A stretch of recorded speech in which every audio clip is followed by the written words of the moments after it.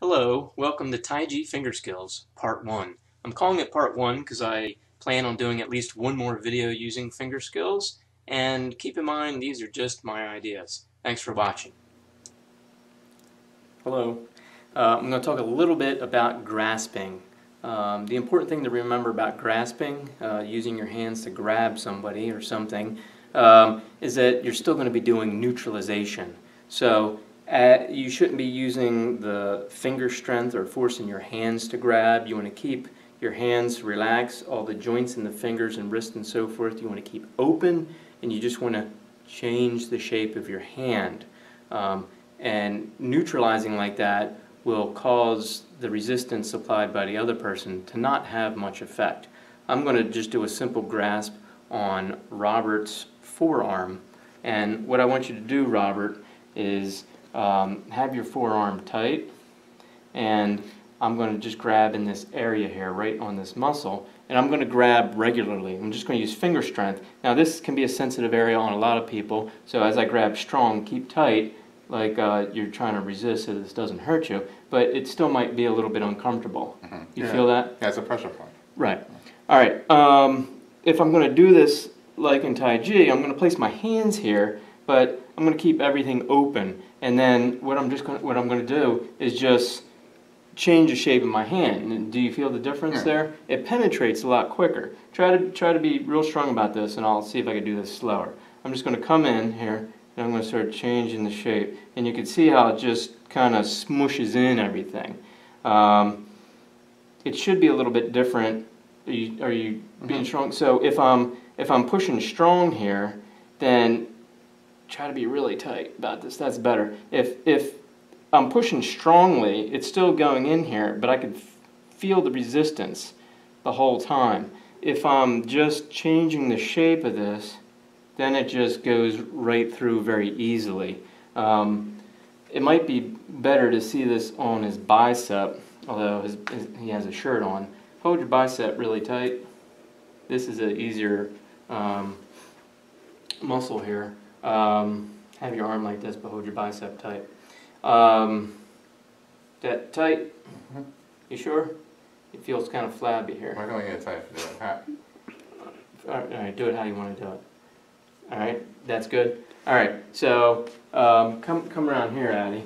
And all right, so again, if I just start squeezing on this, it may feel a bit uncomfortable, but I had to squeeze. I'm like squeezing hard, and I'm meeting the resistance of his muscle. If I keep this open and loose and relaxed, as I come in and do this, I could just change the shape here and just really crush in on that. Obviously, you wouldn't do it slow like that. You still want to do it nice and quick. By doing a quick grab like that,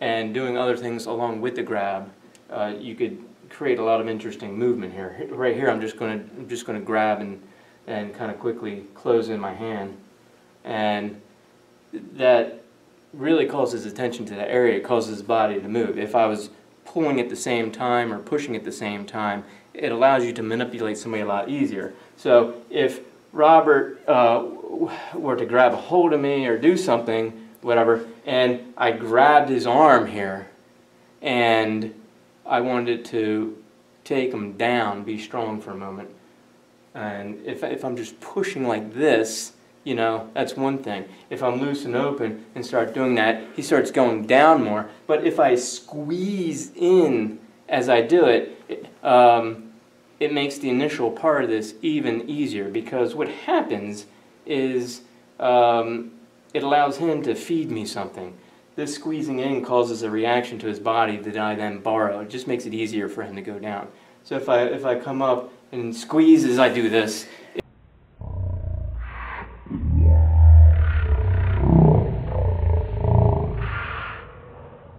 it's a lot easier, and it becomes probably more confusing for him, because these sensations start happening and he doesn't really know what's going on, and I'm using his reaction to cause something to happen more than what would normally happen.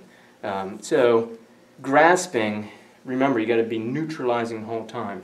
What's particularly interesting about this is that you can damage the tissue.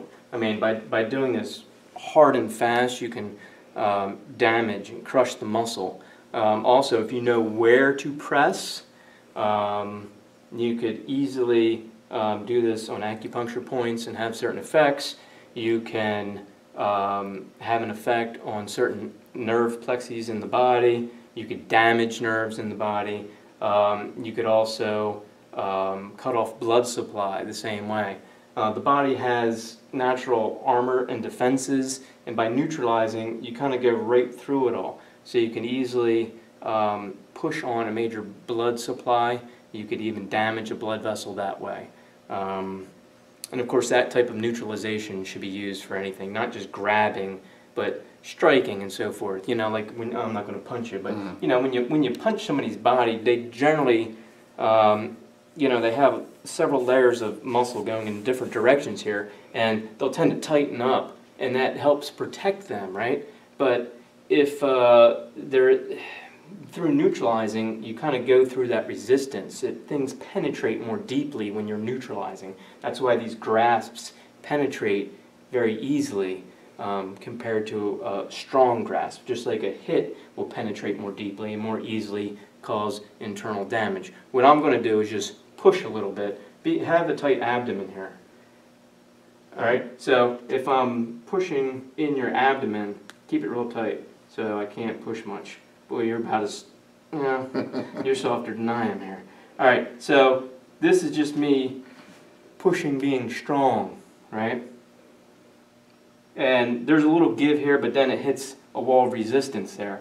What I'm going to do now is just be neutralizing as I go in. And I'm just going to do the same thing here.